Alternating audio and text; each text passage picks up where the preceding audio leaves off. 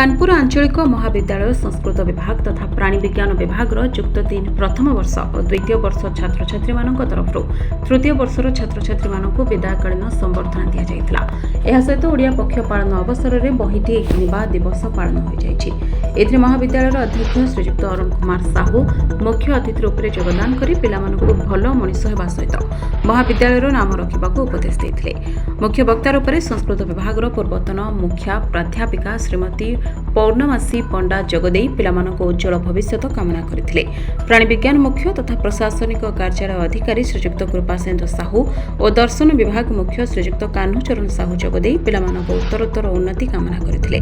विभाग मुख्य डॉक्टर नवकिशोर मिश्र शेष में पिलामानक स्मृति को मन पकाइबा सहित सेमानकर उन्नति कामना करथिले। अन्यमानक मध्यरे संस्कृत विभाग अध्यापिका मधुस्मिता सिंह, उद्भिद विज्ञान अध्यापिका श्रीमती सुजाता साहू जोग देथिले। प्रथम और द्वितीय वर्षर छात्र छात्री मानक द्वारा तृतीय वर्षर पिलामानकु उपहार प्रदान करा जायतिला।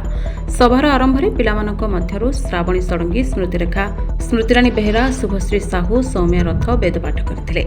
सोनाली बेहेरा, ममता साहू गुरुपूजन करथिले।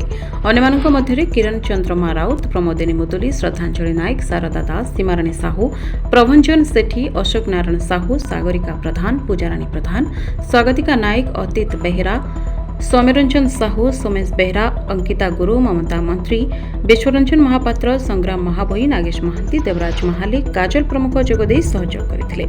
ओडिया पक्ष पालन अवसर में संस्कृत विभाग तरफ ओडिया पुस्तक किणी बंटा जाइतिला। परिशेष में पिलामानक तरफ सांस्कृतिक कार्यक्रम आयोजन करा जाइतिला।